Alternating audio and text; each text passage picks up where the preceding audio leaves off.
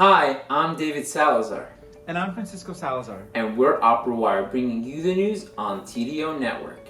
The Dallas Opera has announced Opera Truck to bring family productions to the Dallas community.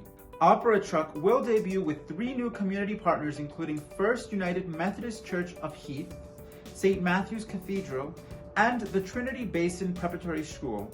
Among the performers for the operas include Kayla Nanto, Janine Dwarin, Jordan Hammonds, Joy Mote, and Olivia Duncan, among others. It was a big week for conductor Fabio Luisi, who was not only named principal conductor of a major organization, but will headline an important partnership between 2 major orchestras.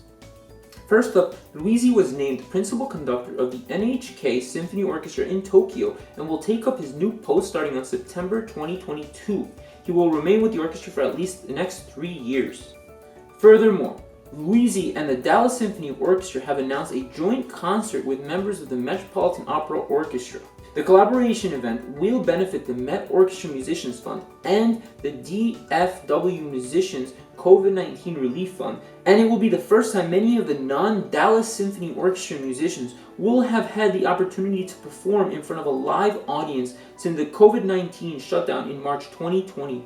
Famed Venezuelan conductor Gustavo has been named the music director of the Paris Opera. He will lead the Opera House for the next 6 seasons starting August 1st, 2021. In a statement, Dudamel said, "From the first downbeat, my experience with the artist of the Paris Opera was simply magnificent. The immediate sensation at the decisive encounter, feeling of trust, connection, musicality, and a shared vision were born from this first meeting in 2017. The exceptional level of the musicians of the orchestra and the artist of the chorus, and the strong bond that we were able to weave together during the rehearsals and the performances of La Bohème are what made me accept Alexandre Neve's proposal." In other news, the Oper Köln has announced that Heinz Mulder will be its new intendant. Mulders will assume the position at the German House from the 2022-23 season and will take over for Birgit Meyer. Mulder began his career as an orchestra manager of the Dutch National Youth Orchestra in Amsterdam and then spent 11 years as the casting director of the Vlaamse Opera in Antwerp.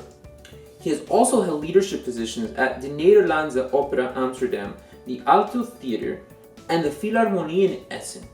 Members of the Orchestre de la Suisse Romande were hit by a COVID-19 outbreak during rehearsals of Parsifal at the Grand Théâtre de Genève. Per a report, the foundation of the Orchestre de la Suisse Romande voted unanimously to cancel all musical activity until June 30th. Additionally, the Grand Théâtre de Genève also announced that 4 members of the chorus and an administrative worker also tested positive for the virus, though the cases are isolated from those of the orchestra because there was no contact between the 2 groups.